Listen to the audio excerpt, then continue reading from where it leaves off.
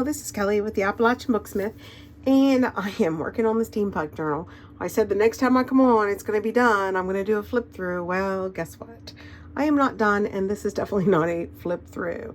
But I have made the decision. I'm working on no other projects until I get this done. To be honest with you, it's like a lot of pressure.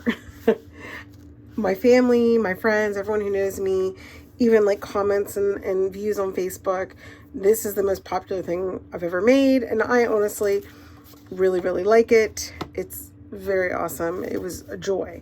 So I think I put too much pressure on myself, and every time I come down to work on it, I just feel like I have to do something that's so amazing, and so I feel like I need to find that wow factor to the point that I just end up blanking out and not working on it. So today I gave myself no choice. I am working on this. And I was going through my stuff and I surprised myself because I found this book. I forgot I even bought this. It is the Steampunk Source book. It's so old it comes with a CD-ROM. That's kind of funny. This is by Dover, and the copyright is 2011. I guess it's not that old, but I completely forgot about it. And then I started flipping through it and I was like, oh wow, because I didn't want everything to be black and white. And I start flipping through this and I'm finding all of these images. I'm like, oh yeah, these are definitely going to be going into this journal. This is fantastic. And once you get past all these color images, you have all these black and white images, which is absolutely fantastic. And of course, all of these images are on this CD-ROM so that you can print them, copy them, and use them. But I mean, these are black and white. Of course, I can color them. I can do whatever I want with them. But I'm sure I'm going to be using some of these too. But I just want to kind of show this off. This is kind of cool. I forgot I bought it. So this is going to be used in the journal. The other thing I've done today is I started putting together some signatures, and I am putting 5 signatures in this book, and I had to use a really large sheet of paper, tea-dye it, and I also dyed it with some mica. I sprayed on some mica sprays, and so I had to use larger paper and cut it down so it would fit this. And so there are 5 signatures so far, and I only have 4 pages in each signature. There is literally only going to be 10 pieces of paper in each signature, and then there's going to be add-ons in there, but 10 plain pieces is what I'm thinking. The other thing I did today, and I'm probably going to demo this, and I'll link below the woman who I learned this from. But in the center of this, and I'm thinking about doing this with all of my signatures. I'm not sure, but doing something at least unique. So this morning I was looking at my subscriptions and I found this. So it looks like this is like really simple, simple little, it's a page to go into a signature, but it's also little tucky spots, and you open it, and then I have tucky spots right here also. They go all the way up, so you can put things in here. And this was really fun, and this is from the paper pad that I showed the last time that I'm going to be using, with this. So this is, it's really was incredibly simple to make. I just lucked out because I have a huge atlas that gave me a large piece of paper to make these centers. Now, I will tell you that I get really nervous with thin paper like that that's got this much weight around it. So there's a good possibility that I'm going to take each of these and put a small thin piece of fabric all the way down to reinforce it. If I'm going to sell this, which I am, I'm going to be selling this. I made the joke between the book I just found and everything I've bought to go in this, from charms to notepads to metallic paper. There is no way for me to profit from this book. When I sell it, I'm probably going to be lucky if I break even between the hours and the materials that I have in it. All of these little cutouts, they're not incredibly expensive, but I put a lot of them on there. So it is what it is. I like I said, this has been fun. So it is what it is. But so this, I'm probably going to demo in a little bit. So I'm going to shut that up. So what I decided to do right now is work on the inside, which originally when I was doing this, I was going to do the inside before I did all this. Glad I didn't, because I've changed my mind I don't know how many times. So I have got a piece of scrapbook paper, and this is from the Stamperia, and it is their Voyages Fantastiques. and I am going to use this as the end paper. I'm going to cut the top off and cut it in half, and I'm going to be using this probably on the first page of the first signature, or I'll be using it over here in some way, but it'll be kind of like almost like an introduction to the book. And I kind of went against I changed my mind so much. And sometimes I think when I wait and I don't move on and I sit and wait and brew on it, it's probably a good thing that I'm sometimes, because some of my compulsive stuff it can be a little interesting to say the least. So I decided to use canvas, which is really interesting because I had decided I didn't want anything like that. But then when I was looking at it, I said, no, it has a place here. It really does. It has a place. If, leathers, thick canvases like this, I think it has a place with the steampunk. And then when you see it with this end paper, it turns out really, really pretty. And I made the decision too. I was going to go through and try to paint around some of this, but I'm not. I'm going to leave this black, and I'm not going to mess with it much. So what I'm going to do now is I'm going to cut this to fit. And the other thing I'm doing different, normally I put this in first and put the paper over top of it. But because of the bulkiness of this, I'm going to go ahead and put this in second. I might regret it. I'm not really sure. But that's what I'm going to do right now. And I'm going to go ahead and stop it because I'm not good at editing yet. I know some people can cut and I can't. If I want to speed something up, I have to stop videoing and then start a new video where I'm not talking. So that's what I'm going to do right now. And after that, if I feel like there's enough time, I'm going to go ahead and show you how I made that center for my center page for my signature. And I'm also going to link the woman's video. Whether I should show it or not, I'm going to link the woman's video below that I got that idea from. So I'll be back in a bit.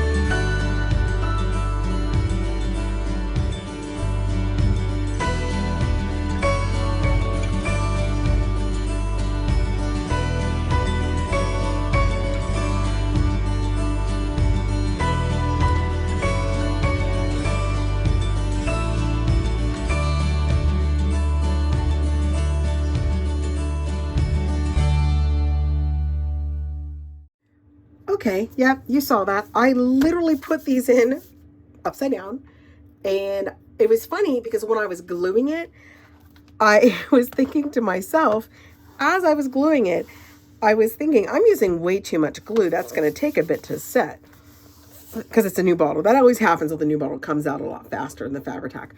Thank goodness, because that was terrible, and that could have been one heck of a disaster. Worst comes to worst, I could have just put another paper over top of it. I mean, that'd be horrible to waste a piece of Stamperia. Like I said, my first time to ever own it, my first time to use it, and of course I would mess up like that. But in the end, it looks fantastic. It looks sharp. I love it. I am going to be using these green and these kind of copper patina colors. That's going to be my accent color throughout this book. So I'm also going to be, any stitching from this point on is either going to be black or it's going to be in a blue or kind of an aqua blue. So that's it so far. I cannot believe I did that. I think I almost need a break. After that, I was like, oh no. So I'm going to turn this off and get everything ready, and I'll just do a walkthrough of how I made that center signature. And then I'm going to call it a day for taping because, well, evidently oh gosh, look at my hands. Evidently I'm messing up like crazy. And then I'm just going to keep working on this journal. That's what I'm going to do today and tomorrow, is work on this journal.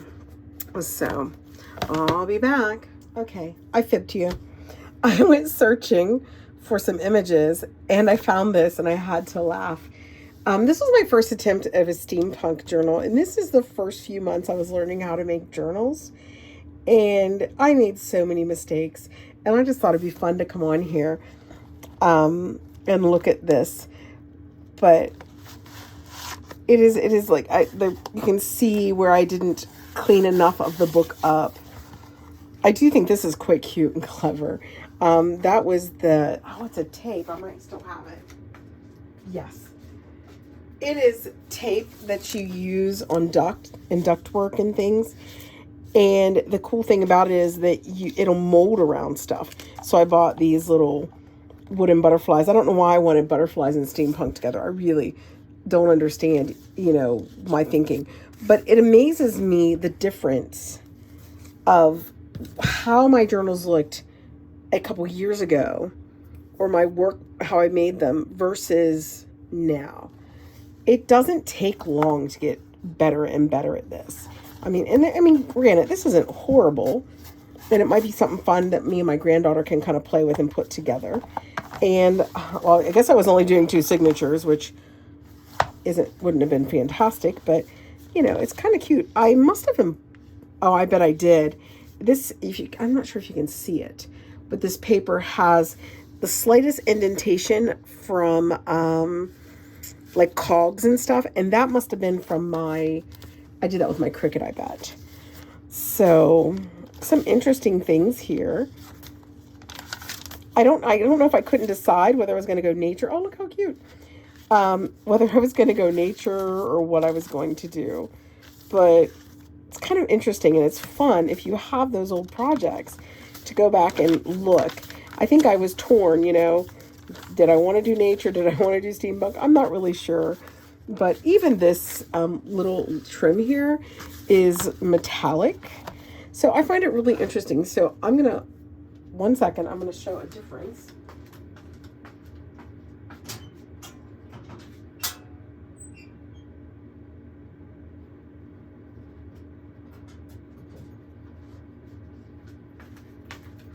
But, so this is when I started, and I was really unsure of myself.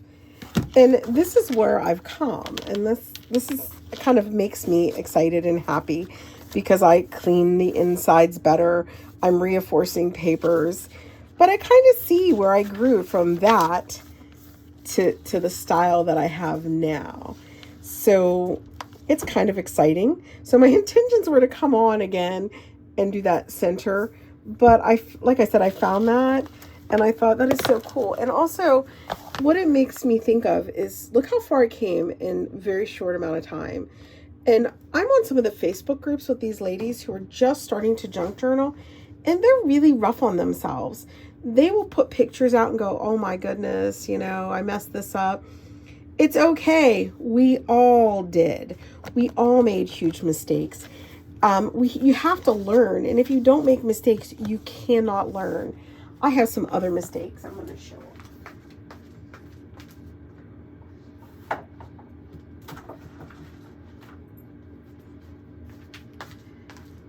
So this is my attempts at my first show, and it was a cooking one, and I made, oh my goodness. Now, did I make mistakes making this? No. This is very technical, and this was very difficult.